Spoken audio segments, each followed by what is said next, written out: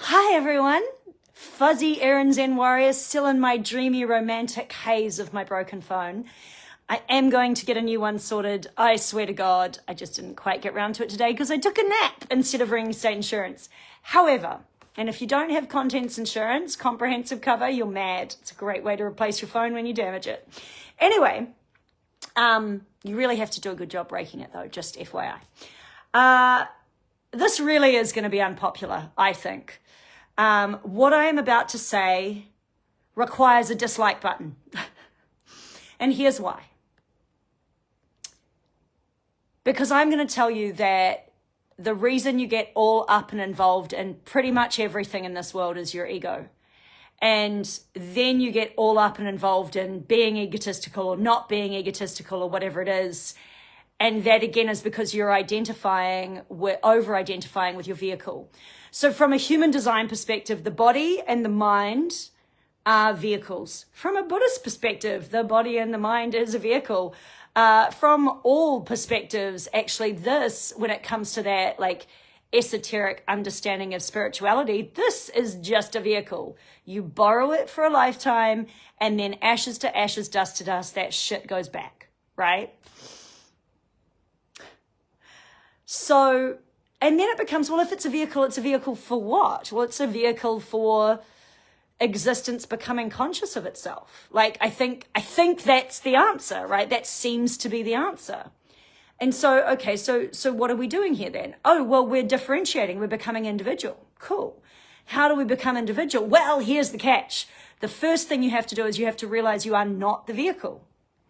And so in all of you, and here's the thing, you're in the vehicle, you get up every day and you have to look after the vehicle. It's very hard not to get caught up over identifying with the vehicle, especially when the vehicle is subject to conditioning. And conditioning is something you get every time you rub shoulders with another person, let alone background frequency and stardust and all that sort of stuff. So essentially you're constantly being conditioned into the idea that you are the vehicle, and you are not the vehicle. You are the observer, the passenger, the witness inside the vehicle. And you are meant to keep your fucking hands and feet inside the vehicle at all times and allow it to take you on the experience. So what gets in the way? Why are so many people being pulled the long route around on their trajectory? And it's like, well, they keep sticking their hands and feet outside of the vehicle. And they keep thinking that what they see is real. And then they get their egos involved in it, whether it's survival, whatever it is. Right? And the truth is the four agreements, and particularly my favorite one, take nothing personally, because nothing is. People are doing what they're doing because of themselves. They're not doing it because of you. That narcissist doesn't treat you like that. They're actually treating themselves like that, right? It's their relationship with themselves that teaches them to be the way they are. But we get our egos involved in it. And people get our egos involved in it. I remember when I was dating someone who was very, difficult to deal with. And, someone said to me, you're such a strong person. How would you end up there? And I'm like, wow, what an ego projection that is. You think you know me, like you think you have an idea of me. That's wild. I'm not even sure half the time I have an idea of me. I'm a fan of whatever this is, but sometimes I'm watching it going, look at it do that thing. Like, that's so funny. What's it doing? It's trying to survive. Why? Ego. And that's the thing about this phrase, ego death. Ego death cracks me up. All these running around going, oh, I don't have an ego. My fucking ass, you don't have an ego. Do you have a body? Do you know what ego death was really about? Ego death was something that masters back in the day when they were transitioning from this life to nobody went through. It's what you go through when you die. You go through ego death. Why? Because the ego is part of the body function. It is a requirement so that you stay in your body, so that you protect your body, so that you stay alive. It is the very, very reason that you eat and drink anything, and the very reason that when you interrelate out there in the world, you find a need to protect yourself. It's the very reason that as a child, you go through a trauma reality. because your ego perceives safety. It perceives danger. And it is constantly trying to keep the vehicle safe. And that way you get a longer experience. That way you get to go all the way to the end of whatever your experience is meant to be in this life. And we over-identify, and we're taught to. You know, someone mentioned, I was conversing with someone earlier, and they mentioned rape. And I was like, well, you see, the reason rape is a big deal, I mean, no one wants to be raped, don't get me wrong, right? And I certainly don't want to be. But the reason rape is a big deal is because we have an identification with this body, right? And yes, there is an invasion, there is an energetic transfer, there is all of that. But honestly,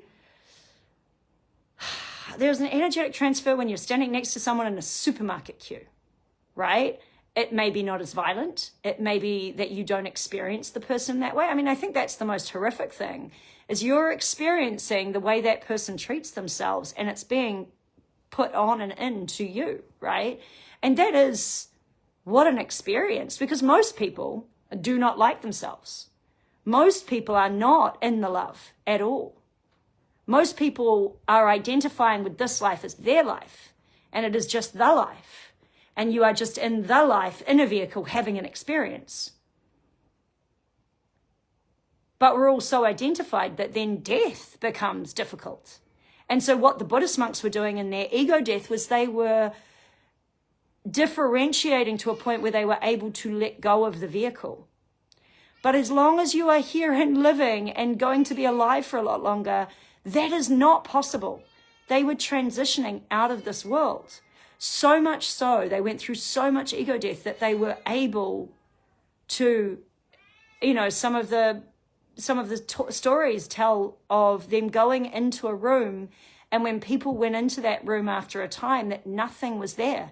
No body, no nothing. It just, because they transitioned so cleanly out of their identification with their vehicle, that their vehicle had no attachment to this realm anymore and was able to just pass.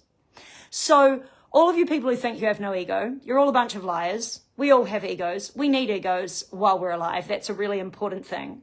What we don't need is our ego running the show. And we certainly do not need our identification with our body to be overactive. Looking after your body, looking after your vehicle. Look, do you look after your car? You know, my car is not who I am, but I do need it to run well. I need this to run well. That's important. And it's important because also it changes how I am able to be the observer. The more polluted the body is, the more you're going to be fucked in your head, basically. And the harder it's going to be to observe, because your body is struggling, right?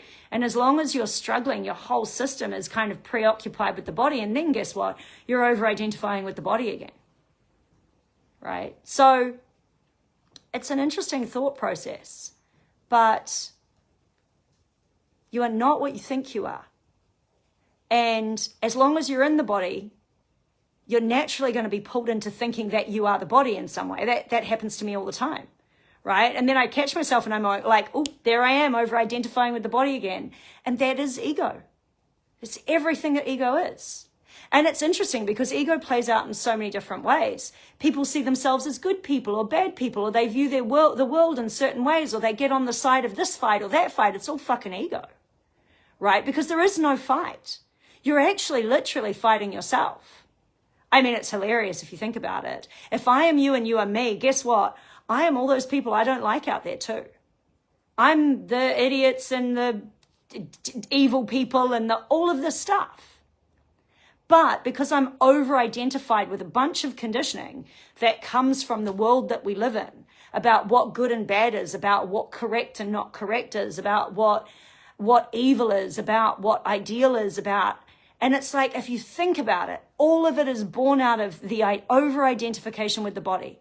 And if you let go of the identification with the body consciously in your observation process, what you're going to realize is that this is just an experience, and that it is easier to perceive it as just an experience every time you remember that that's all it is, and none of it really matters. It is merely an opportunity to become conscious for existence, which is what I am, which is what you are, to observe itself and become conscious of itself. But hey, maybe I'm wrong. By all means, tell me if I am. And like I usually say these days, maybe I'll listen, maybe I won't, maybe I care, maybe I don't. Have a great day.